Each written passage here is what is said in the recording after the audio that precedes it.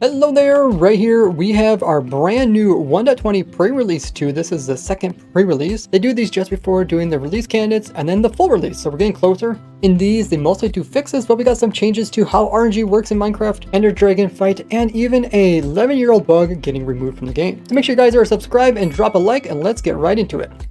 Now in the past, some chest loot was always the same as long as you played on the same world seed, but other loot was random, like piglin bartering. You didn't know what you were going to get, even if you played the same seed. So in last week's first pre-release of 1.20, they made it so you get the same bartering loot every time you played that world seed and bartered with a piglin, or use any other type of loot table, which was considered random. So it's now predictable what you'll get next if you're playing like a set seed speedrun. So you might think this makes it easier for speedrunners to go ahead and hop into the same world that they always run, and then when they did stuff like kill an iron golem, they would know exactly how much iron it would drop each time. In piglin bartering, they can predict to get the exact same item, which all seems really good, except because there's a limited amount of Minecraft worlds. Speedrunners went through the majority of the worlds and they already know the best seeds for doing Minecraft speedruns. So what they do is they continue to play the same seeds, and then when they do something like bartering, they happen to not get the loot that they wanted, they just restart the world. And then the next time they play, they might get some better loot, like pearls. But with this change, it makes it so that even if they play their best world, every time they go and barter with the piglins, if the piglins gives something that they can't use, then every time they play that world, they're also going to continue to get those items that they can't use. Which means that there's actually less good speedrunning worlds now.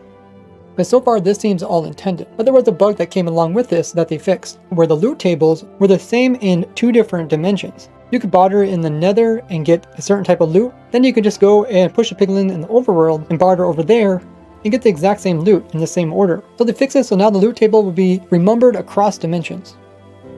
But it turns out the loot tables were actually connected together, so if you would happen to get like a gravel on your very first gravel that you broke, then you could actually determine what type of item you could get when treasure fishing. And this correlation actually applied to all across the world. So if you like come in and just break a single grass block and you would get a seed, you could actually determine the likelihood that you would get pearls from the first piglin bartering. And these correlations were found by Matthew Bolin and Earth Computer, two people that have done RNG manipulation collabs with. And because RNG is based off of the world seed, you can find specific worlds that will give you specific things the very first time you do them. Like in this world seed, they found out that it doesn't matter whichever 4 zombies you kill, they will always drop a iron ingot. Here's a 4th one, and notice when we do a 5th one, we don't get an iron ingot. So it's like predetermined what we'll get for each loot, and this world just happens to be a lot of iron ingots in the very beginning. And in this world here, the first time you go ahead and pull in your fishing rod, you will get a nautilus shell. But not only that, the second time you'll also get one, and the third time, and the 4th time, even if you use just a normal fishing rod with no useful enchantments. But it gets really crazy with this world here, because the first 6 wither skeletons that you kill, even without looting, you'll always get a wither skeleton skull, which makes it great for speedrunners who try and get all advancements, including killing the wither and getting a beacon. Now getting really OP loot based off of a seed is probably not a bug, that's kind of how they want it. But the correlation between different loot tables, such as being able to like break this and have 100% chance of it dropping, would allow you to know if you're going to get a wither skeleton skull or not, is most likely a bug. What do you think about this? For those of you that enjoy making custom crafting recipes using data packs, you can now actually use air in order to denote an ingredient that will match an empty slot. But if your ingredient has like shapeless or shaped or are used in these other utilities, it won't work. The game will also notify you if you have your text-to-speech turned on, but it's not available.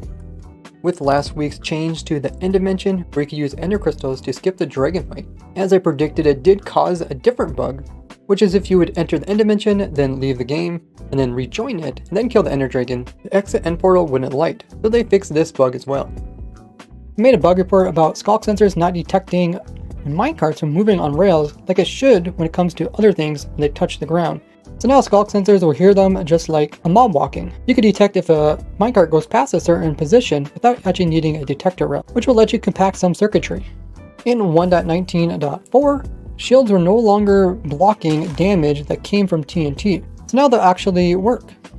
Recently, they made it so that enchanting tables wouldn't have their enchantments affected by grass, but since normal flowers will actually lower down your enchantments, blocking the enchantment table from the bookshelves, it would make sense that the tall flowers should also block the enchantment table, but it actually wasn't doing this, so they added these to the same group of these flowers. A trick I showed a long time ago where you can put something into an anvil and rename it with a name that's actually pretty much invisible. I showed that in this video, which I'll link down below. There's different ways you can actually do it. But in the past, there was this character here, which is called NPSP. This is what it would look like when you name it that. But with recent changes to the way text is done, this character is actually showing up as being invisible. There's a lot of cool things you can do with these invisible name items, which I cover more in that video. But in this bug fix, they went ahead and reverted it back so it would show up as before. Those of you guys that use Anvil a lot will know about this bug, which is where you come in and type in a name, then you would remove the entire name, and instead of it saying invalid, it would just show up the previous name that you had. I didn't really feel like this was ever a bug, but it's now resolved.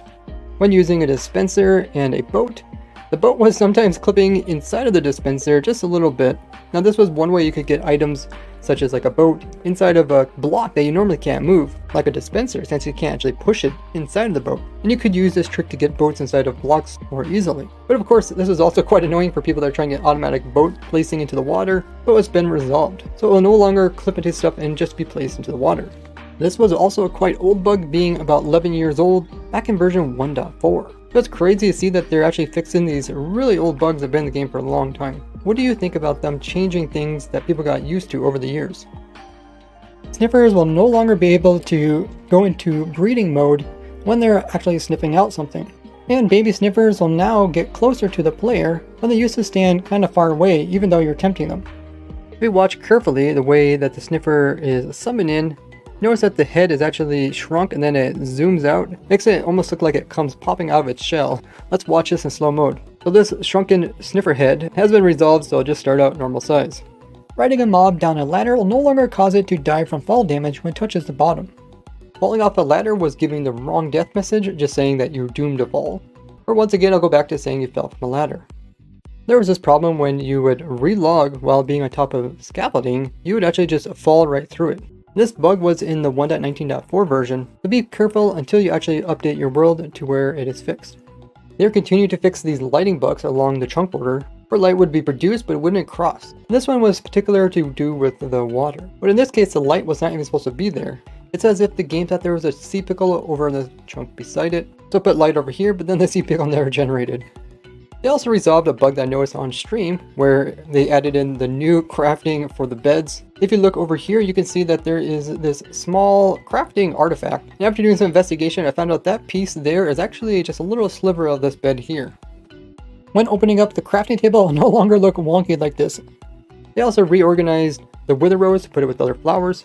The dead coral be in the same order as other coral. The mangrove leaves and roots will also be in the correct order. And the creative menu fish in a bucket will be the same as the order of the fish for the food. It turns out the torchflower crop was causing the game to crash in some cases, which they resolved in this bug fix.